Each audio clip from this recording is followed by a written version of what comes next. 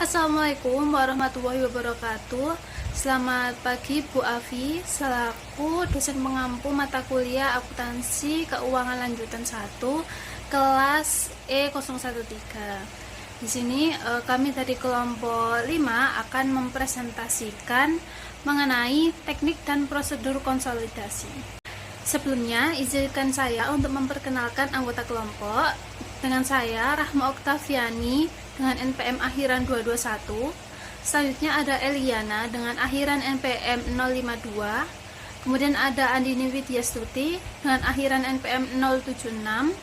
Lalu ada Trimita Apkoria dengan akhiran NPM 092. Lalu ada Zakia Ramadhani dengan NPM akhiran 107. Lalu ada Abe Fatihah Jiandini dengan akhiran NPM 208. Lalu ada Maulina Panggabean dengan akhiran NPM 222. Lalu ada Dwita Diajeng Syawaliyah dengan akhiran NPM 227. Dan yang terakhir yaitu Agnes Teresia Ahad dengan akhiran NPM 236. Untuk materi pertama akan disampaikan oleh rekan saya bernama Abe.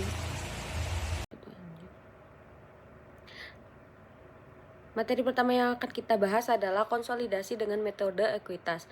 Nah, metode pertama yang kita bahas adalah metode ekuitas pada tahun akuisisi.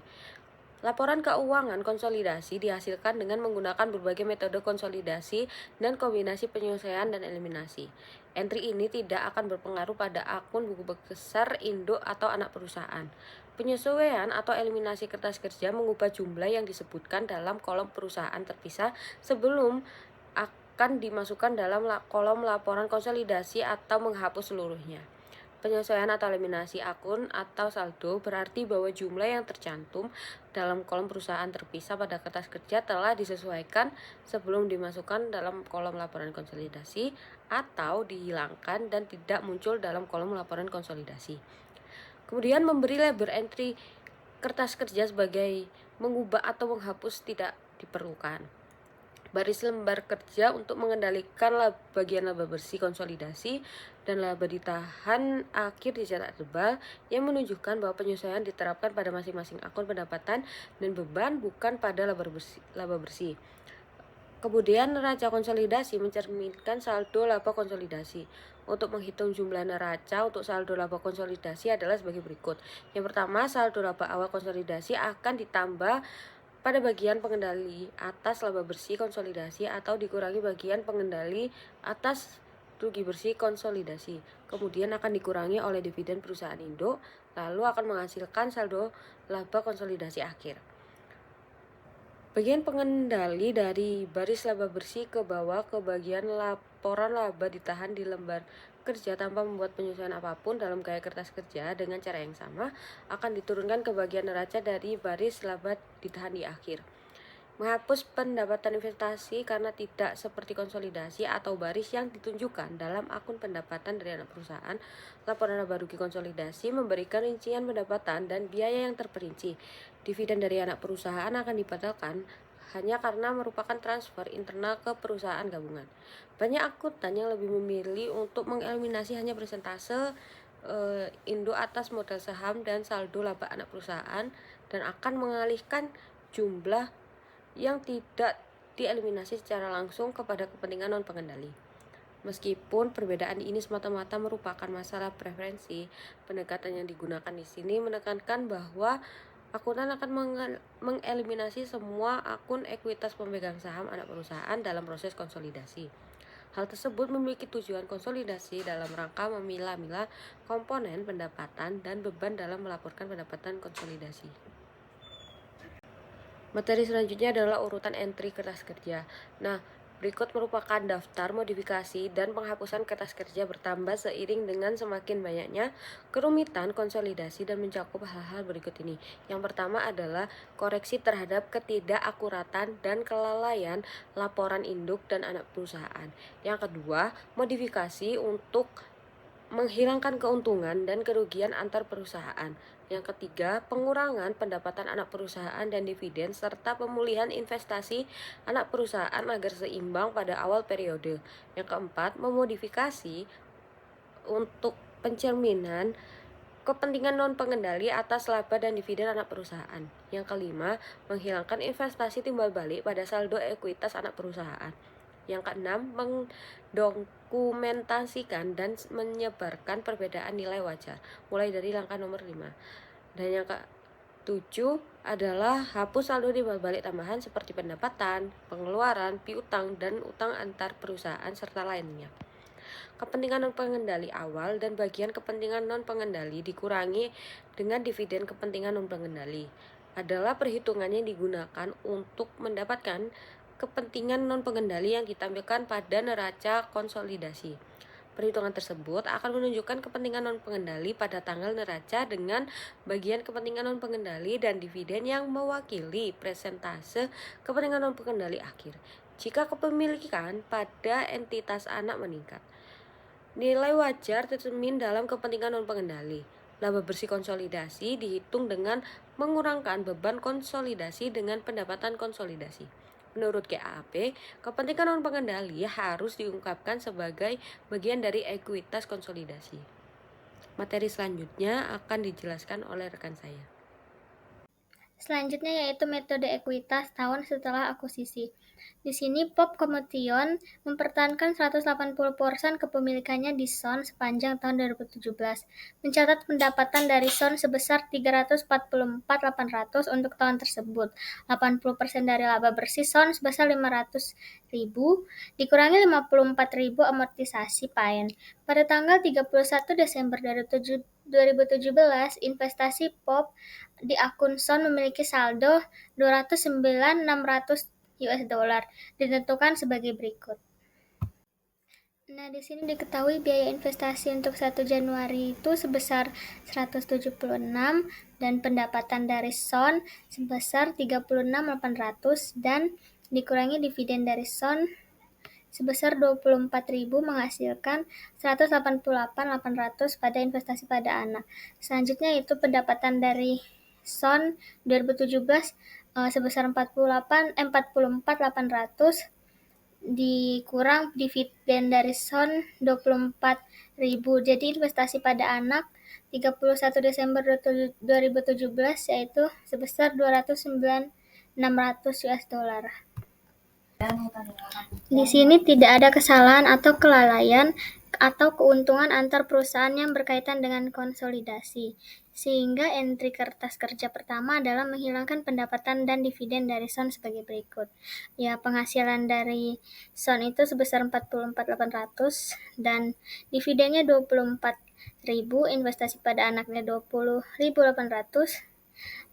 Jadi untuk menghilangkan pendapatan dan dividen dari SON dan mengembalikan akun investasi ke saldo awal periode. Selanjutnya yaitu entry menggabungkan kepentingan non-pengendali atas laba bersih SON dan kepentingan antar non-pengendali bagian terbesar dari dividen SON.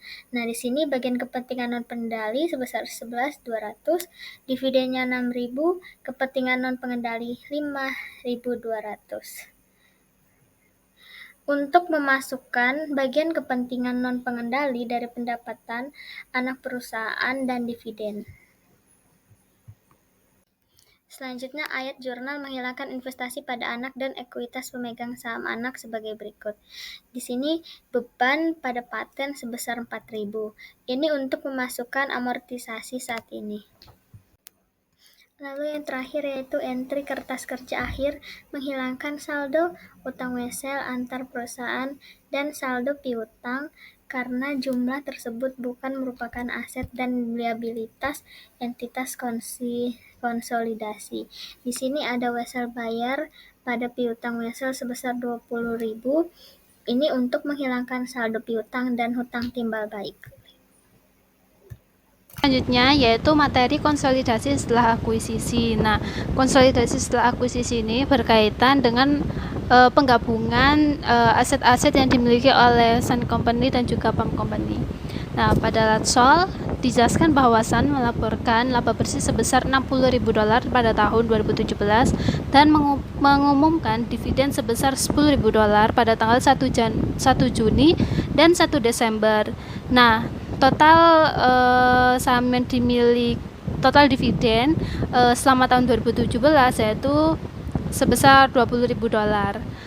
Nah, Sun ini membayar dividen pada tanggal 1 Juni, namun di tanggal 1 Desember masih belum dibayarkan pada tanggal 31 Desember 2017. Selama tahun 2017, Sun menjual barang persediaan yang undervalued, namun tanah dan bangunan yang undervalued serta peralatan yang overvalued masih digunakan oleh Sun pada bulan Desember tahun 2017. Nah, di tanggal perolehan tersebut, bangunan memiliki sisa umur manfaat 20 tahun dan peralatan 10 tahun. Selama 2017, Sun meminjam $20.000 dari PAM dengan surat tanpa bunga. Sun melunasi wesel tersebut pada tanggal 30 Desember. Namun, cek pelunasan kepada PAM sedang dalam perjalanan dan tidak tercermin dalam neraca terpisah PAM pada tanggal 31 Desember 2017. Nah, ini untuk pencatatan jurnalnya. Untuk penyelesaian kasus yang sebelumnya, di tanggal 1 Juli pencatatan jurnalnya yaitu tunai di posisi debit sebesar 9.000 dan juga investasi di Matahari di posisi kredit sebesar 9.000. Nah, ini nilai 9.000 itu diperoleh dari kan dividen yang diumumkan itu sebesar 10.000. Nah, sedangkan di soal sebelumnya dijelaskan bahwa kepemilikan sahamnya itu sebesar 90% oleh Sun. Nah, maka dari itu 10.000 dari dividen dikalikan dengan persentase kepemilikan saham, yaitu $10.000 dikalikan 90%, maka menghasilkan nilai 9.000. Nah, di tanggal 31 Desember investasi dilakukan di Matahari sebesar 43.200 di posisi debit, kemudian pendapatan dari Matahari di posisi kredit sebesar 43.200. Nah, untuk mencatat pendapatan investasi dari Sun dapat ditentukan melalui cara sebagai berikut. Nah, laba bersih yang dimiliki oleh Sun yaitu sebesar 60.000 yang kita ketahui dari soal. Selanjutnya ada amortisasi kelebihan yang dialihkan kepada kepersediaan. Nah, persediaan 100% diakui, maka dari itu nilainya yaitu sebesar 10.000. Kemudian untuk bangunan memiliki nilai sisa manfaat sebesar 20 tahun. Nah, bangunan tadi memiliki nilai $80.000. Nah, itu untuk amortisasinya dikali $80.000 dikalikan 20 tahun. Maka sebesar $4.000. Kemudian untuk peralatan memiliki sisa manfaat 10 tahun di mana nilainya itu sebesar 20.000. Maka peralatan kan masih digunakan selama proses operasionalnya perusahaan. Maka dari itu ia peralatannya 20.000 dikalikan dengan masa manfaat 10 tahun yaitu sebesar 2.000.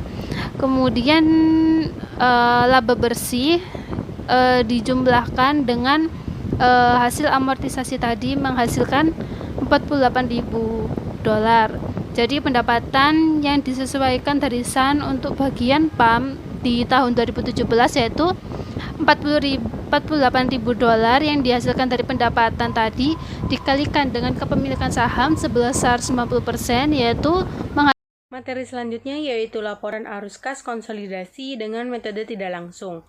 Laporan arus kas konsolidasi metode tidak langsung memungkinkan untuk melihat bagaimana uang mengalir masuk dan keluar dari seluruh atau sekelompok perusahaan. Ini seperti halnya melacak uang yang masuk dan keluar dari rekening bank suatu perusahaan. Laporan ini awalnya hanya mengkaji berapa banyak keuntungan yang diperoleh perusahaan dari operasinya. Ini termasuk pendapatan dari penjualan produk atau jasa dikurangi biaya-biaya seperti gaji karyawan, pembelian bahan baku, dan pembayaran pajak. Hal ini juga memberitahu berapa banyak keuntungan yang diperoleh perusahaan dari bisnis intinya. Laporan ini kemudian mengkaji bagaimana perusahaan menggunakan dana untuk berinvestasi pada aset baru seperti gedung, peralatan, dan ekuitas lainnya. Juga mencatat dana yang dikeluarkan atau diterima dari aktivitas keuangan seperti pinjaman baru, pembayaran utang, dan dividen kepada pemegang saham. Laporan ini penting karena memberikan gambaran menyeluruh mengenai kesehatan keuangan suatu perusahaan. Ketika pemilik bisnis dan investor memahami dari mana uang mereka berasal dan kemana perginya, mereka dapat membuat keputusan yang lebih baik mengenai strategi bisnis dan investasi. Next. Berikut ada contoh laporan arus kas konsolidasi dengan metode tidak langsung yang juga dapat dilihat oleh teman-teman di e-book halaman 136. Menurut laporan arus kas dengan metode tidak langsung tersebut, bagian kepentingan non-pengendali atas laba bersih konsolidasian adalah peningkatan arus kas dari aktivitas operasi karena bagian kepentingan non-pengendali meningkatkan aset dan liabilitas konsolidasi dengan cara yang sama seperti bagian kepentingan pengendali atas laba bersih konsolidasi. Demikian pula mereka mengurangi dividen kepentingan non-pengendali dalam pelaporan arus kas dari aktivitas pendanaan. Next. Selanjutnya yaitu materi pendapatan dan dividen dari investi dengan metode tidak langsung dan langsung. Pendapatan dari ekuitas investi merupakan item yang memerlukan perhatian khusus dalam SCF konsolidasi jika menggunakan metode tidak langsung. Pendapatan dari ekuitas investi dapat meningkatkan pendapatan tanpa menambah kas karena akun investasi mencerminkan peningkatan tersebut. Sebaliknya, dividen yang diterima dari ekuitas investi meningkatkan kas namun tidak mempengaruhi laba karena akun investasi mencerminkan penurunan tersebut. Mereka mengurangi atau menambahkan jumlah bersih item-item ini dari bagian pengendali atas laba bersih di bagian arus kas dari aktivitas operasi SCF berdasarkan metode tidak langsung. Mereka juga menambahkan kelebihan dividen yang diterima atas pendapatan ekuitas.